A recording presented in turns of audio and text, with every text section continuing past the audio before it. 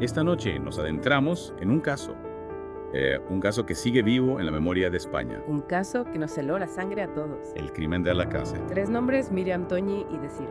Las niñas de Alcácer, 3 amigas, Una salida nocturna, que se convirtió en una pesadilla. una pesadilla que todavía nos perturba. Su desaparición el 13 de noviembre de 1992 conmocionó a todo el país. Y la aparición de sus cuerpos 75 días después. No hizo más que ahondar el misterio. ¿Qué ocurrió realmente esa noche? Se hizo justicia.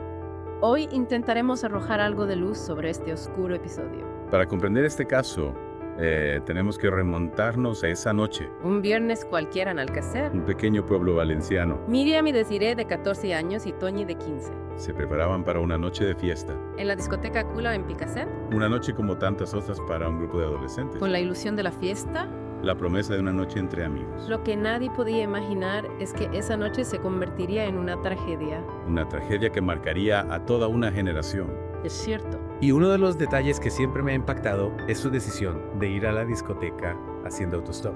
En aquella época era una práctica habitual. En aquella zona, Muchos jóvenes lo hacían sin pensarlo 2 veces, sabemos que esa noche fueron vistas en la carretera. subiendo a coches de desconocidos, Hay testimonios que la sitúan cerca de la discoteca. pero nunca llegaron a entrar. ¿Qué ocurrió en ese trayecto? ¿Quién los recogió por última vez? El testimonio de una mujer que asegura haberlas visto Subir a un coche blanco pequeño, se convirtió en una de las primeras pistas de la investigación una imagen que quedó grabada en la memoria colectiva, y que alimentaba la esperanza de encontrarlas con vida, una esperanza. que se desvaneció con el paso de los días. A medida que la búsqueda se intensificaba, Y las pistas se agotaban.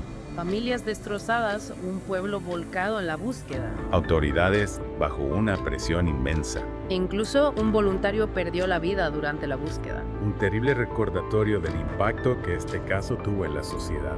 De la angustia. y la impotencia que se respiraba en cada rincón.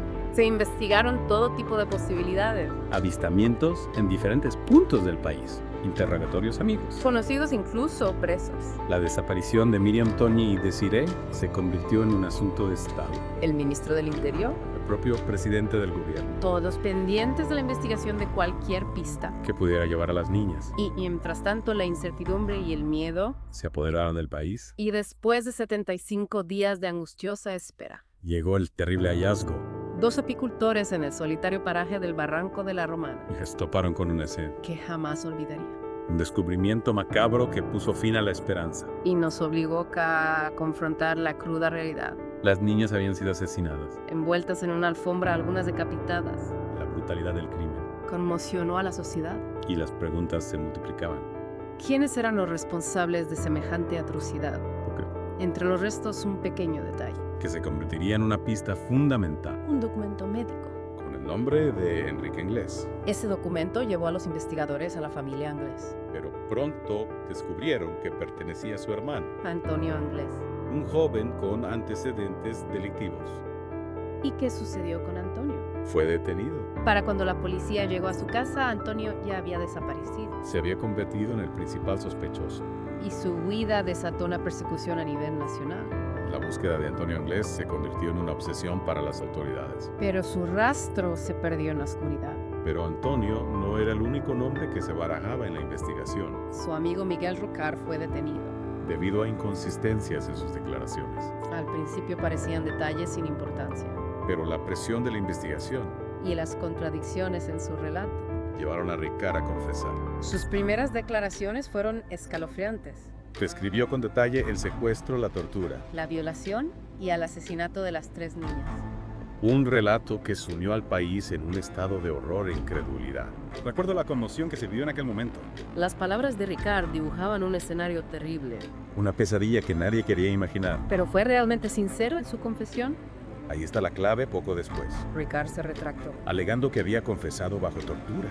Un giro inesperado que arrojaba nuevas sombras sobre el caso. Si Ricard mentía, ¿quién era el verdadero culpable? ¿Y por qué se había preocupado? La duda se instaló en la opinión pública, Y con la sombra de la tortura. planeando sobre la confesión.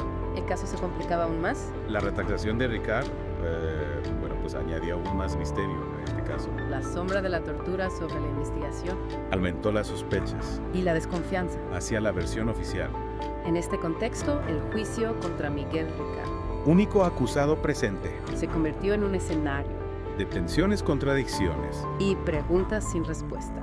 Un juicio que, a pesar de la condena de Ricard, A 170 años de prisión. dejó un sabor amargo. La sensación de que la verdad seguía escondida entre las sombras. Y es aquí donde emerge la figura de Fernando García, El padre de Miriam, un hombre consumido por el dolor y la sed de justicia, que se niega a aceptar la versión oficial y decide emprender su propia búsqueda. de la verdad, La determinación de Fernando García es realmente admirable, impulsado por el amor a su hija. y la convicción de que se ocultaba algo más. Dedicó su vida a remover cielo y tierra para encontrar respuestas. Respuestas que la justicia oficial no le daba. Junto al periodista Juan Ignacio Blanco, Iniciaron una investigación paralela, convencidos de que Ricard y Anglés eran solo piezas. de un engranaje mucho más complejo y siniestro Su investigación los condujo a una teoría. que apuntaba hacia una red de pederastia, Y corrupción, implicando a figuras de poder. a un supuesto video snuff. Una teoría que, por su gravedad, Y las personas a las que señalaba, causó un gran revuelo mediático. García y Blanco, se convirtieron en portavoces de una verdad incómoda Una verdad que muchos no querían oír. y que ponía en jaque a las altas esferas. Sus acusaciones, aunque nunca fueron probadas en un tribunal, Sembraron la duda en la sociedad, y alimentaron la desconfianza hacia el sistema, pero esta búsqueda incansable de la verdad. tuvo un alto precio para ellos. Acusados de calumnias, ¿Fueron condenados por la justicia? un hecho que para muchos representó un intento de silenciar las voces críticas. Y proteger a los verdaderos culpables. La condena de García y Blanco, lejos de acallar las sospechas No hizo más que aumentar el misterio. en torno al caso, Y la figura de Antonio Anglés, el fugitivo. seguía presente como un fantasma. Una pieza clave del rompecabezas. ¿Qué faltaba por encontrar? La historia de Anglés es digna de una película de suspense. Su vida. Las diferentes versiones sobre su paradero. Hay quien cree que murió en alta mar Otros que logró escapar a Sudamérica. y que sigue vivo en algún lugar remoto. La incertidumbre sobre su destino alimenta las teorías conspirativas. Y la sensación de que el caso nunca ha sido realmente cerrado. ¿Dónde está Antonio Anglés? ¿Qué papel jugó realmente en el crimen? Son preguntas que siguen sin respuesta. Preguntas que nos obligan a mirar hacia el lado oscuro de la sociedad. Hacia los rincones, donde se ocultan los secretos más terribles. El caso Alcácer no se limita a un crimen atroz, Es un reflejo de una época, de un sistema judicial que en ocasiones parece fallar, de un poder mediático que puede ser manipulado de una sociedad que busca respuestas.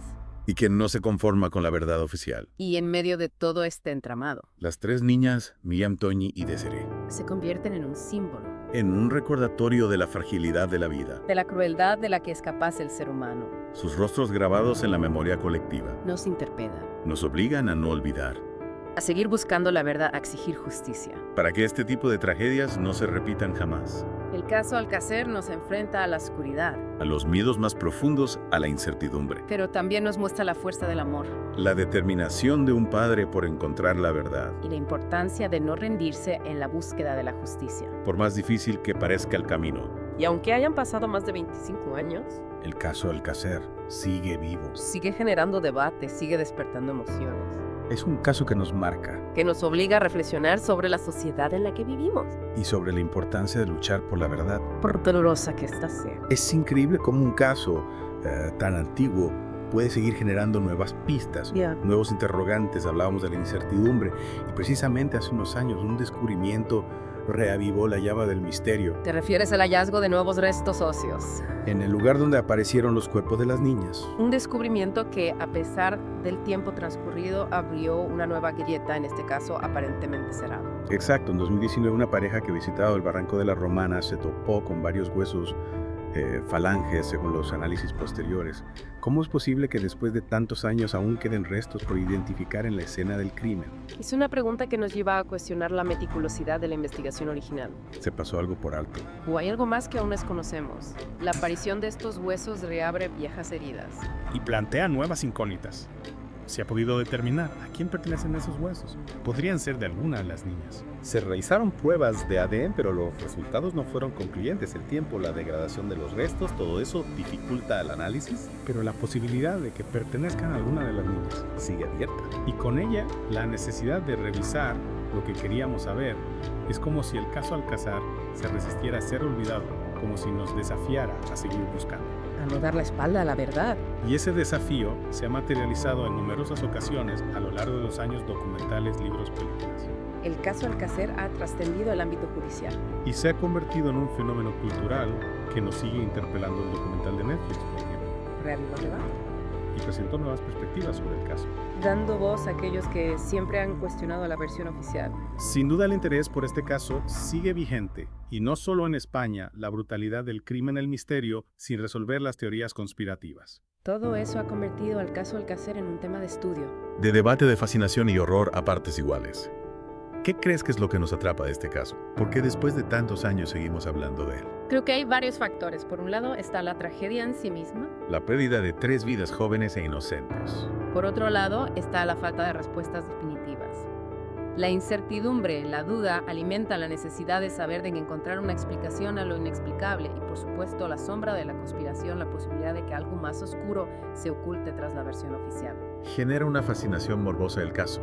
Alcácer es como una herida abierta, En la memoria colectiva, una herida que se niega a cicatrizar.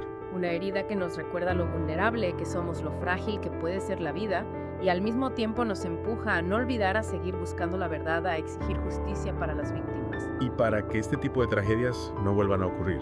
Es un caso que nos confronta con la oscuridad de la que el ser humano es capaz, pero también con la necesidad de justicia y la importancia de la memoria.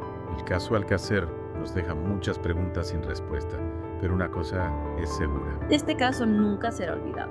Y con esa reflexión damos por concluida nuestra inmersión en el caso Alcácer, un caso que nos ha llevado a recorrer los oscuros caminos del crimen, de la justicia y de la memoria, un caso que nos recuerda que la verdad puede ser escurridiza, pero que la búsqueda de ella es un deber moral que no podemos abandonar.